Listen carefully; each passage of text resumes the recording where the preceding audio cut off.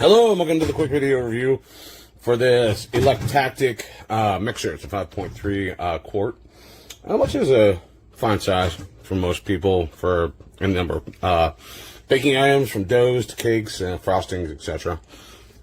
Offer good room for that. Comes with this shield and also a feed tube. Comes with this cheap egg separator, which probably will work.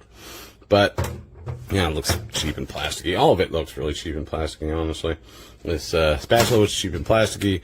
This very thin metal whisk, beater rather, with a plastic top. All of it has plastic tops, which I don't really necessarily like. And then you have the beater with a plastic top. It's kind of thin gauge. And this is the tilt function. And that's one of the things I didn't like about the tilt function. It seems to want to take this thing off with it. Which you probably should remove it anyways after you're done, but the fact that it sort of can't get around it too easily, I don't like. And here is the dough hook. The dough hook's a little bit on the thin side. The material's not bad. It's got a plastic top, but I'd like to see it have a little bit more circumference to it. So let's take it down. So that's the tilt function on the back. I'll put it on the side now so you can see it that way. It's got suction cups on the bottom, so it's not going to move around when you're using it. That's really great. So you can hear it's like gets, right on there and just sticks right to whatever surface you're working with. You can see that it gives you ideas for the novice, that you use a dough hook for bread, use a beater for a cake, and use a whisk for something like meringue or something like that. That should be a whipped cream or meringue, I'm assuming, which are beaten egg whites. And the dial system. But you can see, dial's not too easy to use. It's just got dots on it. So it says 4 through 12, but, you got to count those out. I'd rather see numbers on this part instead of just dots. But it does show in here, you should use this for, that's where you use the dough hook, etc. That's where you use the beater. Anyways, and it's a little bit tough to move around. That's not a bad thing with those suction cups because you don't want it jumping off the counter.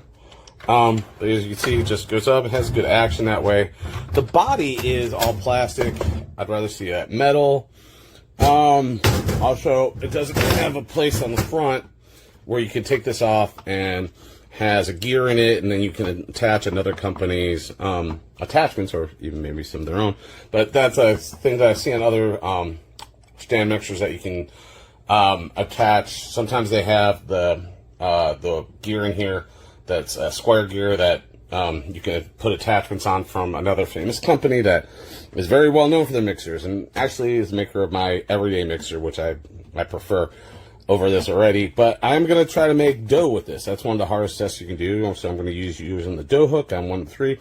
I'll be back with that in a few minutes. We'll see how that does. I'll let it run for a few seconds.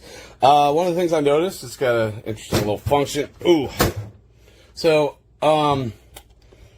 it's got this, alright, so I think I turned it on. But here we go. So this is on all the way up. This is down. It doesn't really click into place, but you can hear the dial click. So I'd rather it click into place, but, you can hear clicks at least. And, on my standard, it has a lever function, but each one is, you're doing this one, you're doing that one. Anyways, and then I guess it has a pulse function as well, where if you just pull it down, it'll go on its highest setting, and you can turn it off. So, it's got a little pulse setting on there. Yeah, alright, I'm going to be back in I'm going to, stop this, and I'll pick it back up when I got the bread dough going. Or rather, it's a pizza dough, so it's a challenge. Pizza dough is really a good challenge for a mixer to see how strong the engine is, if it's going to really struggle with it. Anyways, I'll be back. Alright, welcome back to the video review. So this is my bread dough in here. Let's turn this off, but you got a chance to hear the motor at least. It's a little on the loud side, but most stand mixers do make some noise. So let's tilt the head back and let's see what we got. Nice stretchy dough. Yeah, it's fun. It's done. Yeah. I I'm pleasantly surprised by the motor. I usually do a double batch. I only did a single batch today, just because I didn't want to overwhelm this thing. But it might have been able to handle it. Honestly, it handled my pizza dough pretty good. Did a halfway decent job, honestly, as far as I can tell. There's I only do a part. I mixed it for about 7 minutes, kneaded it, whatever you want to call it.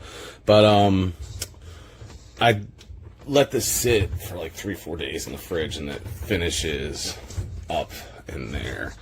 But yeah, in general, I'm happy with this.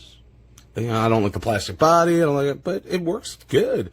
Depending on the price of this thing, whatever it is, day of review, or day that you decide to purchase it, rather, it may be a good budget option or something for someone who's just starting, or someone who's casual. Depending on the price, once again, there are other options out there that I think are a little bit better than this as far as their construction, as far as your tools, etc.